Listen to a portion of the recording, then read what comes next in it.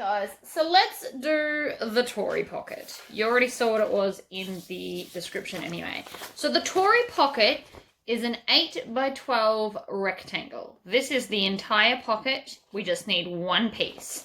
So what we're going to do is we're going to fold it in half. So it's now 8 across and it should be 6 down because it's 12. Half of 12 is 6. And then we're going to measure and put our box half an inch down from that fold. So I've got this really cool template ruler, so I can just put it on. So because this is an 8 inch, we're going to go with the 7 inch hole. So I'm just going to measure half an inch down from the top, and then I'm going to center this and draw my rectangle box like so. Now you can measure it, so you can measure half an inch down and then half an inch in and then 3/8 of an inch down, and that will give you the same dimensions. This is just now a quicker way. So now on this particular bag that I'm doing, this is going to be my next release. So we have to put the pocket in a place that looks a little bit weirder. So what I'm going to do is I'm just going to put a little snip to find the center. And then I'm going to do the same on the main body piece because I'd like it centered. And this for me is always the quickest way. Oh, my computer's still on. Fantastic. So like this. And then the side that we didn't draw on goes to the top. And I'm going to line the center up with the center because I want this pocket in the middle. If you don't want it in the middle, you don't have to line it up, obviously. You put it wherever you need. So now what I'm going to do is I'm going to stitch around this box. Now it's the same if you're using waterproof canvas or fabric that's been interfaced up until one point. I won't need to iron this, whereas if you've got fabric with interfacing, you'll need to iron it flat. So I'm just going to stitch on my line that I drew all the way around. Needle down and pivot every time we turn, and that way we get nice crisp corners. And then when we get back to the start, we're going to back stitch as always, and then I'm going to trim those tails again like we always do. So now from here I need to grab my scissors, and I'm just going to shut that so it doesn't make any more noise. Right, so we need to cut in the middle of the rectangle we've just sewed. So I just bring it down off the edge of the table so that I can pinch it. And you just want to do a really small cut. The idea of this cut is so your scissors can get to that middle section. And I never like to do a big snip because if it's not perfectly level, then it's going to go crooked and you might get your stitching. So just a small snip to get your scissors in. And I'm going to chop approximately in the center. Some people rule that line. I personally don't really think it's worth it. You should be able to eyeball approximately the middle, and it doesn't matter if it's a couple of millimeters out. Then, when we get half an inch approximately, again, I don't measure, about half an inch from the corner, we're going to triangle out the corners so that we end up literally with the triangle. Then we flip to the other side, and we do it again. About half an inch from the end, and then just diagonally out to the corners, and it makes a triangle. So now you should have this. Now, if you're ironing, you're going to just do what my fingers are doing, but with the iron. So the first thing I'm going to do is I'm going to lift this up, and I'm going to either push an iron or finger crease that over. So before we turn it through, you want to get an iron and shove it all the way to the stitches. Then we're going to do the same to the other side, and again either finger press or use an iron if you've used cotton fabric. Then I will take this and push it through the hole so it's now out the back. So it tends to look like this, which I know isn't neat yet, but give me a second. So now I take my thumbs and I push them in the corners and then hook them around. So I'm actually now, if I move that out of the way, I've hooked my thumbs around, and that helps to push out those shorter sides. Now, if I push down, because I did that first iron or creasing, it now sits relatively flat, and I haven't even finger pressed this side yet. So now if I come along, and again, if it's cotton, use an iron, I can now finger press that.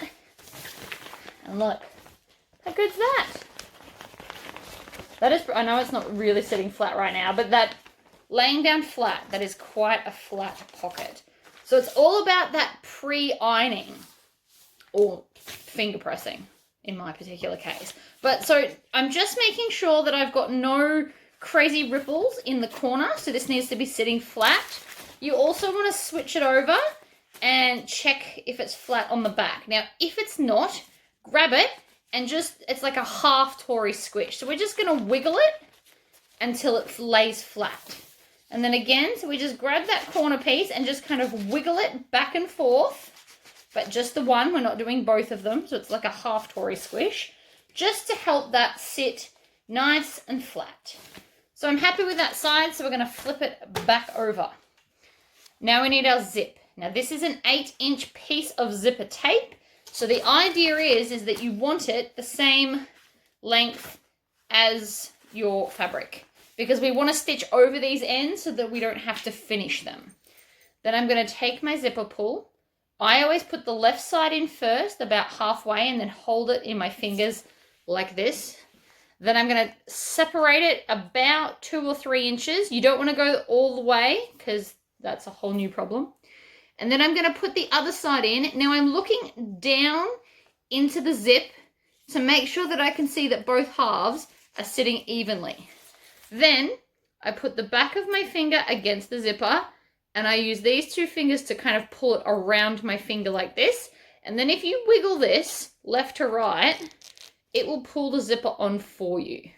Just make sure that you're not doing that too quickly. Also, you should singe the edge of your zipper. And you always want to do this with the blue part of the flame, or try and get as close to the base as possible when you're doing it, and it won't discolor your zip, especially if you're using a lighter color. Now in this particular instance, it wouldn't matter if it was discolored, we're not going to see it, but it's the principle of the idea to just get it right the first time. So I'm going to lay my zip so it closes to the left, because that's what I personally like my zips to do.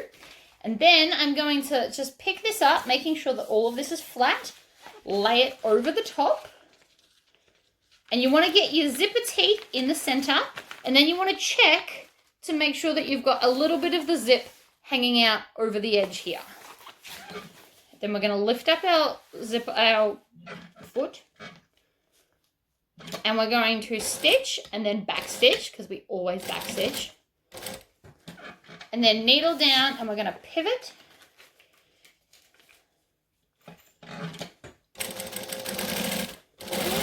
Now, if you want to get closer to the zip, you put a zipper foot on. I'm quite happy being that far away. It's still going to catch everything. And then I'm going to, once I get up to the zipper, we want to zip it back to where we've already been so it's out of the way. And then continue stitching along. Needle down, pivot, and go over that end. And then again, needle down and go back up the other side. And then when I get to here, you always want to have your needle down, zip it back up out of the way, and then stitch back to the start and do a couple of little back stitches as well. 3 is usually more than enough. Any more than 2 or 3 back stitches, 3 is probably the max you need. Anything after that is just pointless and being bulky. So this is what it looks like from the back. And this is what it looks like from the front. So we've stitched around it nicely. So now if you pick this up, this piece should fall perfectly even. So from the top, I'm going to just fold this over out of the way so that I can get to the side. Now, depending on which pocket you're doing, you'll either need to sew down each side or all 3 sides. So I'm going to show you how to do just down each side, but then I still have to stitch across the bottom.